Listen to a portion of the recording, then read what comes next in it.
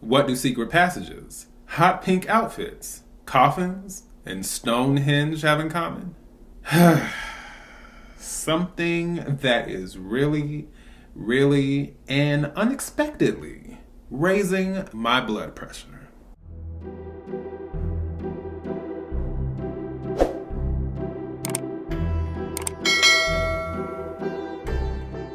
Hey everyone, this is D, Movie Man, fellow cinephile, popcorn addict, and emerging film critic, coming to you with reliable recaps, reviews, and reactions. And today, of course, I am coming to you all with yet another episode of The Traitors. Season 3, Episode 4, I Will Bury You Under the Sand. Again, if you are new to the channel or new to these recaps, when I say elimination, I'm talking about when the traitors take out one of the contestants, or one of the faithful, I should say. And I say that because the algorithm, MURDER, is apparently frowned upon, so instead I say elimination. Let me also say that I forgot to mention and talk about that absolutely atrocious filter they have in the confessionals. I was just like, what is this? It almost looks like when you have the contrast on like an editing program or on a TV, and it just makes everything look weird and washed out and like just off. You know, everyone's eyes, their face, the colors. I don't know who was responsible for that, but pink slip, demotion, it looks horrible. And lastly, I don't feel great saying this, but I have to say it because it is getting under my skin, and I just know I'm not the only one noticing it. Danielle's braids. I don't like it. I understand sometimes we have off days, but every time I look at it, I'm like, on national television. All right, it's giving bird's nest. I'm so sorry. I apologize if that sounds petty. Whew. All right, I had to release that because it was weighing heavy on my spirit.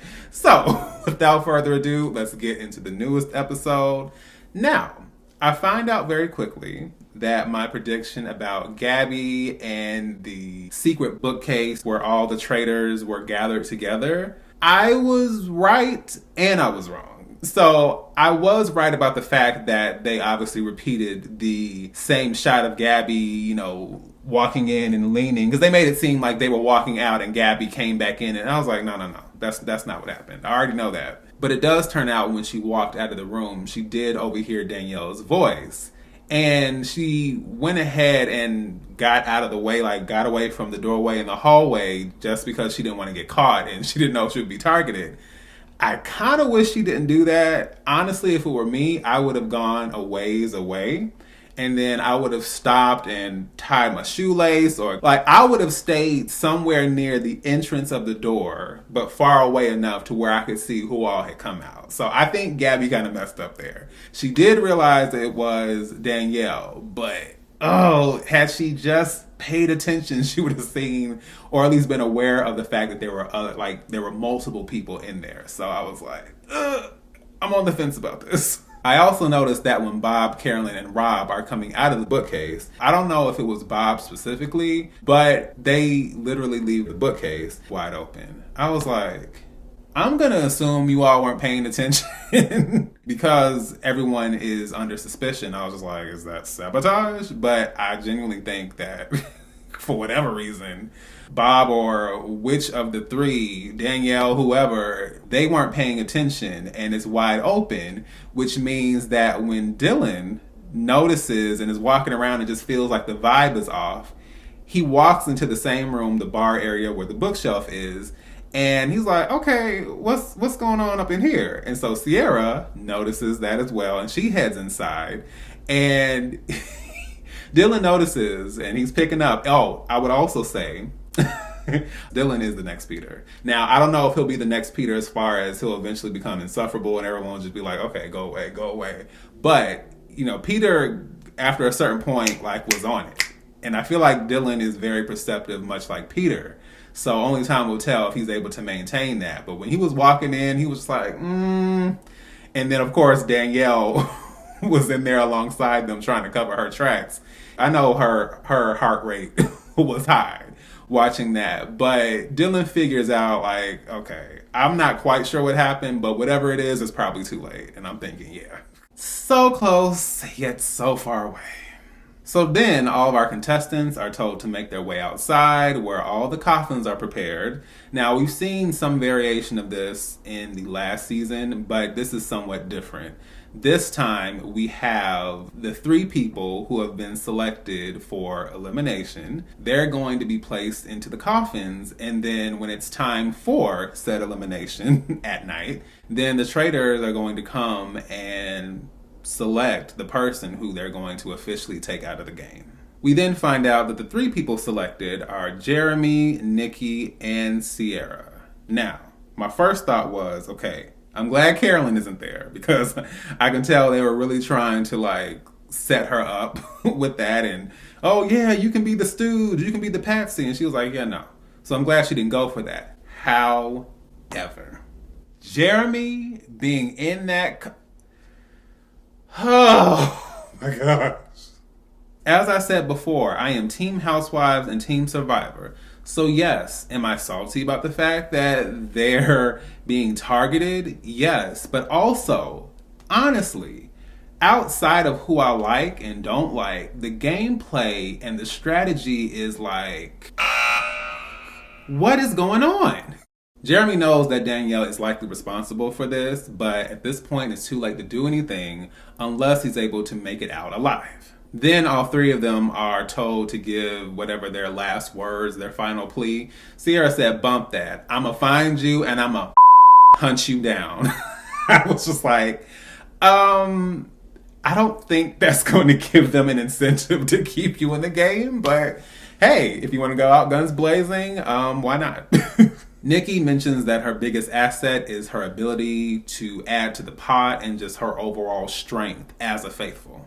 Jeremy says if they keep him around, he'll be willing to work with them, which I found to be quite worrisome. I was like, so if you make it out of this, I don't know how everyone else is going to feel about that statement unless they start finagling and start feeling like, well, maybe he said that just to... Yeah. So at this point, there's nothing left to do but head into the castle, or the castle, to go to bed. As I said, they don't stay inside the castle. But sure, we'll go along with it. And of course, Bob the drag queen is just hyping himself up because they're causing confusion. You know, they're causing so much confusion, which translates to a good game. I said...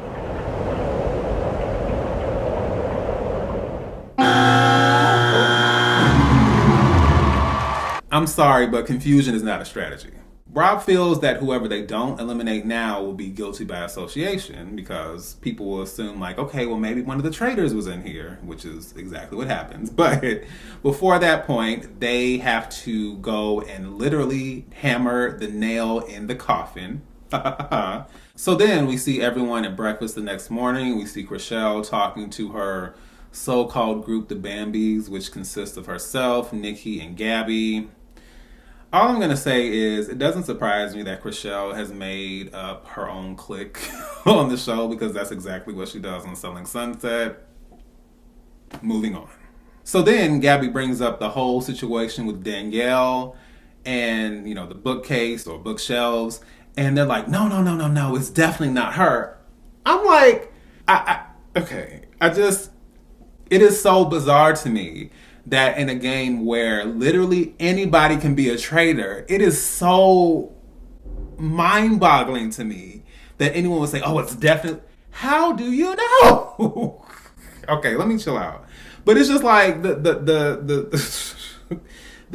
elevator ain't going all the way to the top. I don't know what's going on here, but it's just like you immediately shoot that down. Okay, sure. Go right ahead. So then, of course, we find out that the person who has been eliminated is none other than Jeremy. What do you mean? What do you mean? What do you mean? And this is why I made the choice to wear sunglasses on this recap, because I am in mourning. Team Housewives and Team Survivor, as I said last time, going down in flames. Jeremy is upset, visibly upset, because he does, all this to provide for his family, and now that opportunity has been taken away from him. The opportunity to see one of my faves playing this game has also been taken away from me. Carolyn is upset, and she's like, she felt like she should have said something, but clearly they don't listen to her. But she's upset. Like, Survivor, we're a family. I agree as well. I understand we're not players, but when you watch, you get tight with these people, so to speak. Even if it is parasocial, you start to identify, you get into the game, you just love it as part of the general world. The reality competition, the social game, the challenges, like all of it is so entertaining. And, it's a long running legacy at this point. I think Survivor has been out for like well over 2 decades at this point. I think we're coming up on a quarter of a century, like 25 years. So yeah, the investment is not really there anymore. Obviously, I'm going to keep watching and giving my thoughts, but I'm a little checked out. I'm so tired. Then we see Tom being weird, loud, and wrong again. He thinks Ciara got recruited. Great. Wes now believes that Nikki is one of the traitors because she's made a living being extra, and now she's come here to the castle and this show not being extra. In other words, the personality that she has while doing her job that calls for her to act and be extra is not the same as when she's not doing her job. So I guess we're all traitors then. Like, what is this? It's just, my goodness. I think I need to go back and rewatch season 1 and season 2, because I understand there are going to be moments where the rationale is not going to be great, but it just seems that there's a little bit of extra dun-da-dun this season. We then see Dolores having a conversation with Dylan, and he brings up Bob the drag queen. Now, Dolores believes this as well, but they don't have the number, so they're just like, okay, we're just going to keep this close to the vest, but we see each other. Then, jumping over to the challenge, also known as Stonehenge from Hell, as coined by Gabby, we find out that we have 10 plinths with 18 corresponding heads with names of all the contestants. Now, for each statue assembled, they will bank $2,000 for the highest total of $20,000. But that also means that only 10 of the 18 will be shielded from eliminations. Now, I do think that's interesting, like how they're doing it this time around. Like, there's a little bit more of a challenge as far as the shields. They kind of did that last season, but to me, it's more like, it's less of a game of chance. It's more like, look, you're going to have to work for this. Let me also say that I kind of love these moss lapels on Alan's outfit. Alan be coming through with the looks. Do I know if I could rock moss lapels? I don't. But would I be willing to try? Yes. So one of the big challenges with the challenge, is the fact that the location where the plinths are a ways away. So these bodies and the heads are heavy. So everyone is just trying to make their way up there, and it's a struggle. Everyone is just a huffing and a puffing. At one point, Britney is trying to encourage herself, and she's like, "Is Britney?" I was like, not the throwback. We also see a very poignant moment during the challenge where Harper realizes that he is struggling. He's been a fitness guru for the majority of his life. He's been in tip-top shape. He's been a part of The Biggest Loser. So, he knows what he's doing in that field, in that arena, but he's gotten older and he's gone through his own personal challenges. The main one being the heart attack that he suffered 7 years ago, which he had a less than 20% chance of surviving. And what's interesting is that my mom actually mentioned that when he was, starting to huff and puff. And she was like, no, that's probably because of the heart attack he had. And I was like, what? And then right after, he mentioned it on the show. And I could definitely empathize and see where he was coming from. It's already tough enough trying to age. But then to know that despite all you've done to make sure your body is in its ideal, position, everything is in working order, and then you still feel like in spite of all that, your body is turning against you, that's difficult. So he was upset, and I definitely did understand. I felt bad for him. Tom Sandoval, of course, is the first to seize the opportunity to put his head in a statue. Look, It's not fun, but it's part of the game. So I can't really say but too much, but it doesn't surprise me that he was the first. No. So he puts his in, he locks in his shield. He's also followed by Bob Harper, Bob the Drag Queen, Boston Rob, and Dylan, who Alan comedically notes are all male. I'm sensing a pattern here. But finally, we have some of the other women roll in. That includes Britney, Danielle, Dolores, and Chrishell. Ciara is obviously worried because she wasn't able to lock in the shield, and she knows at this point she's up for potential banishment and elimination, which is not a great place to be. Then Bob the Drag Queen decides to say, once the challenge is over and they've, locked in all the statues and the shields, Bob decides to say that one of the new guys probably needs a shield because we all think one of them might be a traitor. Bob, I don't know if you understand what, moving in silence means, but I don't think it was smart to just blurt that out there. And Rob was just like, excusez-moi? He was like, oh no, you bringing up my name? Okay. Rob is mighty salty. The sodium levels are high because he has now been implicated. But I feel like after what happened to Tony and Jeremy, I don't really give a So now, of course, he is more than ready to blindside Bob the Drag Queen at the round table. So we then see Rob floating Bob the Drag Queen's name to a lot of people.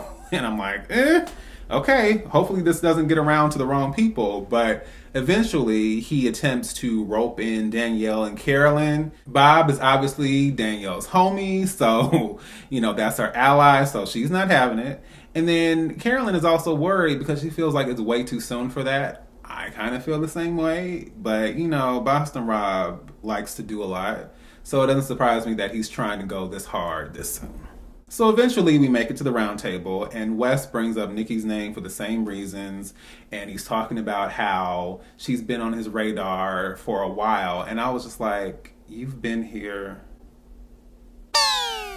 And she said the same thing. She was like, for 2 days, you've come up with, all this suspicion against me in 2 days. I was kind of like, yeah, Wes, that doesn't make sense. Now, if you want to just say you think it's possible, then say that. But for a while, 2 days? Okay, sure. And Nikki throws that right back. It's like, well, look at what we all know about you. If you know anything about Wes, he could easily be a traitor. He is a game player for sure. And then, of course, Gabby and Chrishell do have Nikki's back, so there's that. Derek feels that it's Ciara, and that's mainly because she did not plead for her life, and she was doing a whole lot of, cursing and being emotional, and he felt that was likely an act or a performance because it's very similar to how suspects behave in an interrogation room. Now, I don't know if this is something Derek just pulled out of his behind or if he actually knows that for sure, but, that's definitely not going to help Ciara's case. But Ciara fires back and she's like, look, I'm a nurse in this position. I can't lie. My whole career, everything that's centered around that position as a nurse is about telling the truth and being accountable. But I guess at this point, Rob was just tired. He's just like, yeah. I don't want to hear none of that. Bump all that, okay? It's Bob the Drag Queen. Oh my gosh. Bob's face when Rob, looked towards him, you could see, the shock on his face. He's like, oh. And Bob is going off. He's like, when the big dog sat down, the little tried to stand up. I was like, oh, all right. It is getting mighty crunk up in here. The drama is real. Now, I will say, the round table stuff, that's where the entertainment is. It can be frustrating, especially when, people aren't paying attention. But, Mama's like this, the drama of it all. I'm here for it. And so Bob, he ain't taking this lying down. He is firing back. He's saying, look, I swear to God, I'm a faithful. I was like, oh. You know what? Outside of this, I just feel like whenever people do that, I'm just like, no. I just feel like if I'm telling the truth, I'm telling the truth. If I'm not, then okay. But I ain't swearing on my family. I ain't swearing on everything I love. No. You believe me or you don't. But the I swear on, yeah, that's not my jam. Rob continues on. He's talking about how Bob is spearheading all the votes. And then Dylan, jumps in with the assist. He's like, yeah, I agree that Bob is a traitor because Bob is an actor, okay? And I also grew up with an actor. Bob says, not a good one. I said,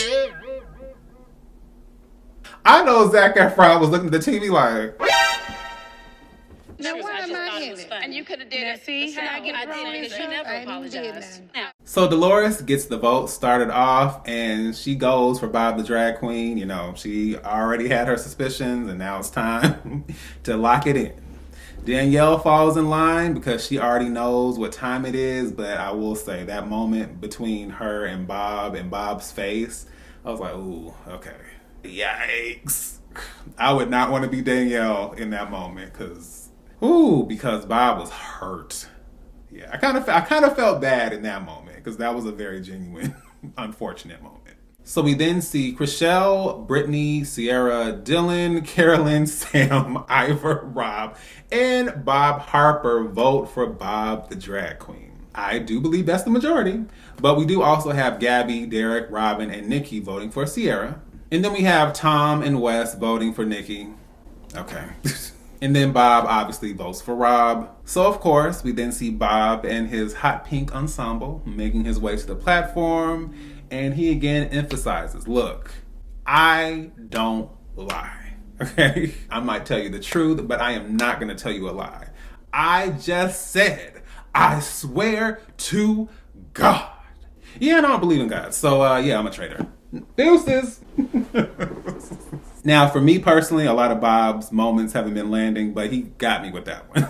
That was good. That was really good. Now, let me also say, my mom feels like Rob purposely went at Bob the drag queen to run the show himself because it was clear that Bob was running the show at that point, which is kind of like spearheading the votes, as was said.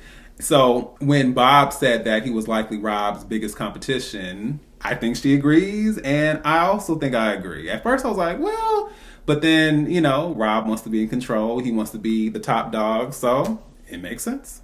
But overall, am I really mad at Bob being gone? No, I'm really not. He didn't play a good game. He did not know how to lay low, and the overall gameplay and strategy was I wish him well outside of the game, and I can definitely let bygones be bygones. But for right now, Bye-bye. Be gone. Danielle is clearly and obviously, understandably, devastated after the whole situation with Bob. We also can see that Boston Rob is basically taking Dylan under his wing, much like he did with Aaron on Deal or No Deal Island, which is another really solid reality competition game. The second season is on now, so I would definitely recommend you guys watch. But it is very clear that Rob has most likely overplayed his hand because now Wes is thinking like, how would you know all of this? Like, how would you be so 100% on Bob the drag queen being a traitor? Well, the easiest explanation is that you are one as well. And that is the case. What's worse is that Rob is about to have a whole lot of splaining to do once they get into the tower. What's even worse is that now Danielle and Carolyn both have a very clear target in their crosshairs. Oh, what a tangled web we weave when we practice to deceive. And that closes out my recap and review of The Traitors, episode 4. Whew, it's a whole lot going on. I am still very much heated. The blood pressure was pressurizing, but I'm gonna be okay. I'm gonna be okay. Look, I'm here to ride it out. I hope Carolyn can hang in there. The rest of the Traitors, I don't have hope. And, I'm kind of here for some faithful, but so we'll see what happens. I don't think this is quite, from a gameplay perspective, I don't think this is quite as enjoyable as season 1 or season 2 of the American version, and definitely nowhere close to Australia or UK, which I can't wait to watch for their upcoming seasons. But outside of that, of course, you guys feel free to drop down below.